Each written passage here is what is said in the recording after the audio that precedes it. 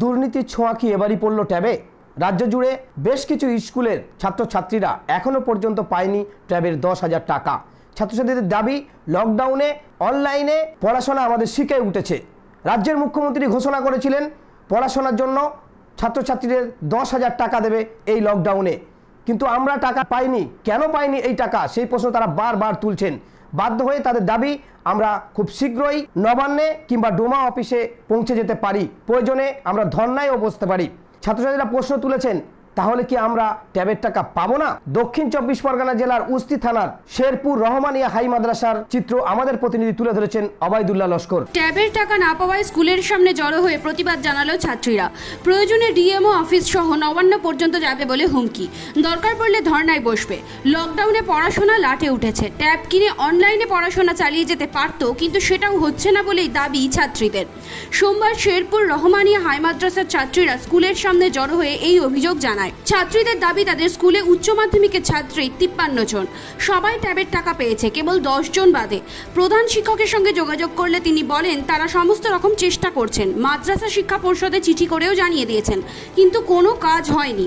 টাকা তো পেয়েছে, শেরপুর রহমানিয়া হাই মাদ্রাসা স্কুলে টাকা অনেকজন পেয়েছে, কিন্তু আমরা 10 জন পাইনি। কি জন্য পাইনি? ট্যাব কেনার জন্য তো টাকাটা তো এসছে, অনলাইনে ক্লাস সবাই করছে, আমরা 10 জন কি করতে পারবো না? কি চাচ্ছ? তাই চাচ্ছি যে টাকাটা, যে এতজন পশ্চিমবঙ্গে এত স্কুল আছে, সবাই তো টাকা পেয়েছে, আমরাও তো পাবো নাকি? অনেকজন টাকাটা পেয়েছে, আমরা 10 জন পাইনি। তাই বলছি আমরাও 10 জন টাকা পেতে চাই, অনলাইনে ক্লাস করতে চাই। লকডাউনের জন্য তো পরীক্ষা তো আটকেছে, তো এতজন টাকা পেয়েছে, আমরা কি পাবো না? কি সমস্যা? আমরা উচ্চ মাধ্যমিকে যে কজন ছাত্রছাত্রী আছি, সকলে উচ্চ মাধ্যমিকের ট্যাবে যে মমতা বন্দ্যোপাধ্যায় যা ঘোষণা করেছিল, আমরা সব একই মতন ফর্ম ফিল আপ করেছি। প্রথমবার ফর্ম ফিল আপ করার পরেও আমরা টাকাটা পাইনি। না পাওয়ার পরে আমরা স্কুল কর্তৃপক্ষ এমনি মমতা বন্দ্যোপাধ্যায় ঘোষণা করেছিল যারা টাকাটা পাবেনি স্কুলের অ্যাকাউন্টে টাকাটা দেওয়া হবে। দ্বিতীয়বার তার জন্য ফর্ম ফিল আপ করতে হয়। দ্বিতীয়বার ফর্ম ফিল আপ করার পরেও কিছু হয়নি, কিন্তু তারপরেও দ্বিতীয়বার যখন না ফর্ম ফিল আপে টাকা আসে, তার জন্য আমরা তৃতীয়বারও ফর্ম ফিল আপ করি। তৃতীয়বার ফর্ম ফিল আপটা এই স্কুলের সল্টলেকে মনে হচ্ছে জমা দিতে গিয়েছিল, সেখানে জমা নেয়নি আমাদের ওই ফর্মগুলো, বলে ডেট অনেকটা পার হয়ে গিয়েছে। কে বলছিল জমা নেওয়া হয় দেওয়া হয়নি? অফিসের ইনচার্জ, অফিসে যেখানে জমা দিতে গিয়েছিল ওই অফিসের যে মেন, উনি বলেছিল। তারপরে ওই তৃতীয়বারের জমাটা নেয়নি। হেড স্যার আমাদের টাকাটা দিতে পারবে না বলে লাস্টে যে যার ফর্ম সব যে যার কাছে দিয়ে দিয়েছে, আমাদের হাতে তুলে দিয়েছে, যে বলে আমরা স্কুল কর্তৃপক্ষ অনেক কিছু করেছি, তারপরেও টাকা আসেনি। সেটা তার জন্য আমাদের দিয়ে দিয়েছে, বলে তোমরা গিয়ে অফিসের সাথে যোগাযোগ করো, তোমাদের টাকাটা কি জন্য আসেনি। আমরা বলে আমরা আমাদের দিক থেকে, স্কুল কর্তৃপক্ষ বলছে যে আমরা আমাদের দিক থেকে চেষ্টা করে গিয়েছি, তারপরেও সরকার টাকাটা দেয়নি। সেটা আমাদের দায় নয়, তোমরা গিয়ে সরকারকে ধরো সরাসরি। আমরা কি করবো? আমাদের দিক থেকে আমরা অনেক কিছু করেছি, তারপরেও টাকাটা পাইনি। সেটা এখন কি চাচ্ছ?